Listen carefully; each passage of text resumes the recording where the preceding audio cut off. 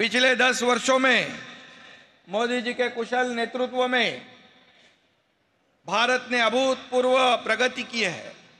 इस प्रगति के जो पंख लगे हैं उससे आने वाले 10 वर्ष में अपना देश 2 गुना स्पीड से उड़ान भरेगा, यह हमें पूरा विश्वास है, भरोसा है। आपको Order of Saint Andrew the Apostle, यह रशिया का सर्वोच्च पुरस्कार मोदी जी को रशिया के राष्ट्राध्यक्ष पुतिन के हाथों दिया गया। मैं फिर एक बार मोदी जी का बहुत बहुत अभिनंदन करता हूँ, बधाई देता हूँ। पूरे विश्व में मोदी जी ने भारतीय तिरंगे की शान और सम्मान को बढ़ाया है, भारतीयों के गौरव को बढ़ाया है, हमारे देश का नाम पूरी दुनिया में रोशन किया है।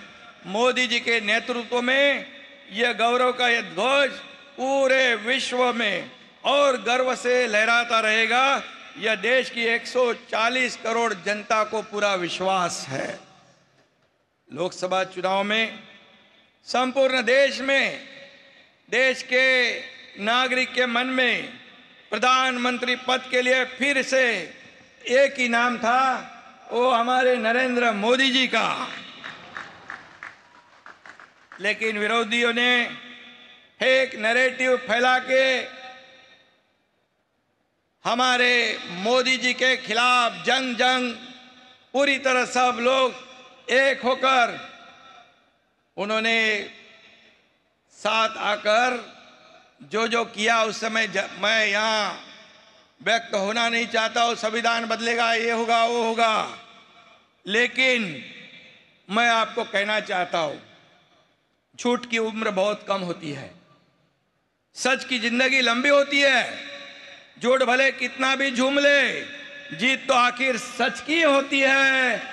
और मोदी जी आप जीत गए, या आप हैट्रिक किए और विरोधी पक्ष ने हारने का हैट्रिक किया और पेड़े बांटने लग गए। मैंने कहा उनको, मोदी जी के हैट्रिक के लिए पेड़े बांट रहे, आपको बहुत बहुत धन्यवाद। बोले नहीं, ये यहाँ पर कम सीटें हुई। मैंने कहा आपके पहले 44 थे, बाद में 50 हो गए, अभी तीसरी बार 99 हो गए।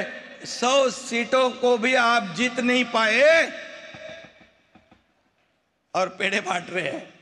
ठीक है, क्योंकि आप जीत गए। मोदी साहब, आपके मन में, आपके तन में, आपके काम में प्रभु राम है।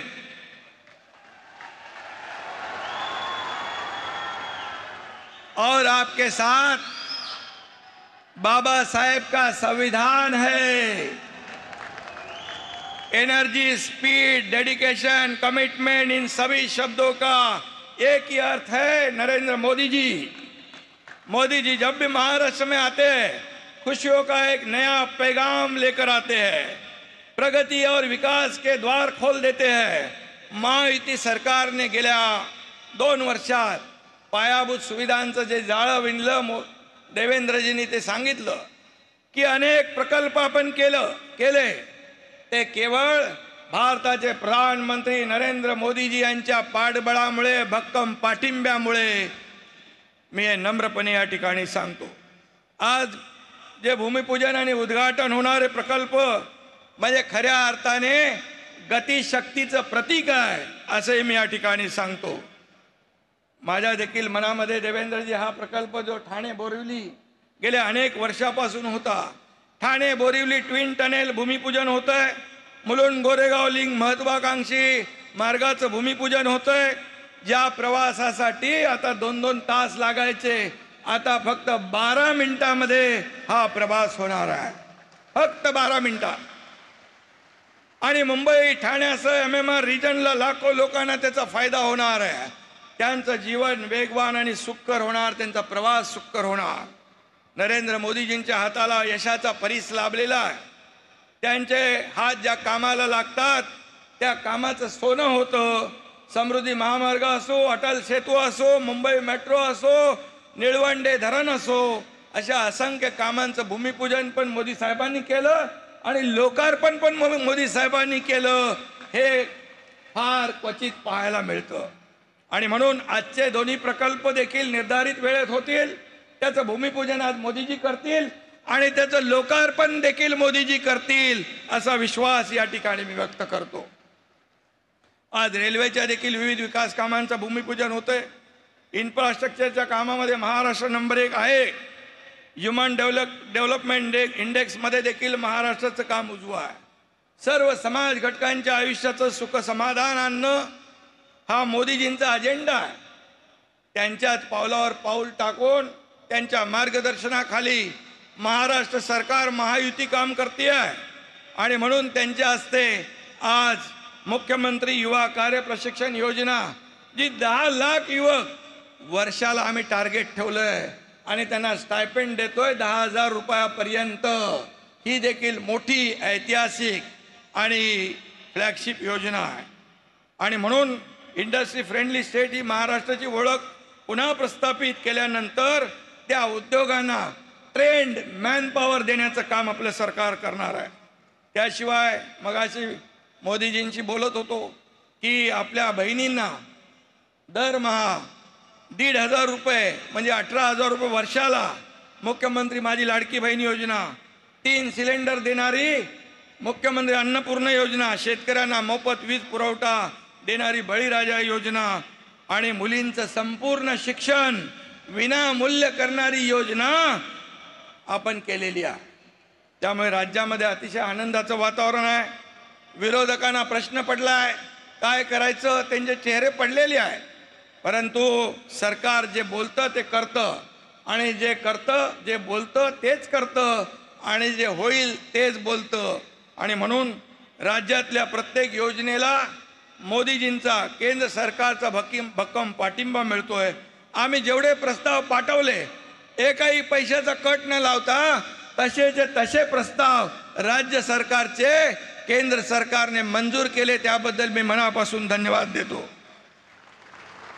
मुंबई हे जगातलं सुंदर उत्कृष्ट शहर व्हावं हे आमचं स्वप्न आहे आणि ते स्वप्नही साकार करतोय. महालक्ष्मी रेसकोर्स, या रेसकोर्सवर 300 एकरचं वर्ल्ड क्लास सेंट्रल पार्क आपण उभारतोय मुंबईकरांसाठी. ही देखील मोठी अचीवमेंट आहे. मुंबईतले रखडलेले पुनर्विकास प्रकल्प आपण राबवतोय. त्यातून पहिल्या टप्प्यात 2 लाख घरं आपण बांधतोय. अटल सेतू कोस्टल रोडने मुंबईच्या सभोवतालच्या भागाला मेकओव्हर केलेलाच आहे. आणि म्हणून आम्ही जी केलं त्यावर मुंबईकर जनतेचा विश्वास आहे आणि मुंबईकरांनी एकदा विश्वास ठेवला की तो विश्वास कधी सोडत नाही, हा विश्वास आम्हाला आहे. गेल्या सरकारने मुंबईच्या विकासात स्पीड ब्रेकर टाकले होते, ते स्पीड ब्रेकर आम्ही काढून टाकले. आता मुंबईच्या विकासाला नवा स्पीड आलेला आहे. आणि म्हणून मी आपल्याला एवढंच सांगतो, आपल्याला सुरक्षित, सुशोभित आणि विकसित मुंबई घडवायची आहे. त्यासाठी मोदीजींची भक्कम साथ आपल्याला मिळेल. गेल्या 2 वर्षात डबल इंजिन सरकारने काम केलं, राज्याचा चेहरा मोहरा बदलला. पुढल्या 5 वर्षात विकासाचं इंजिन अधिक वेगाने धावेल आणि या देशाला मोदीजींचं भविष्यवेधी नेतृत्व सतत मिळत राहो, त्यांचं मार्गदर्शन आम्हाला सतत मिळत राहो अशी सदिच्छा मी व्यक्त करतो. मोदीजी, आज आपल्याला आम्ही सर्व शब्द देतो. आम्ही करू अजून मेहनत, आम्ही करू अजून कष्ट, पुन्हा जिंकून दाखवू विधानसभेत महाराष्ट्र. धन्यवाद. जय हिंद, जय महाराष्ट्र.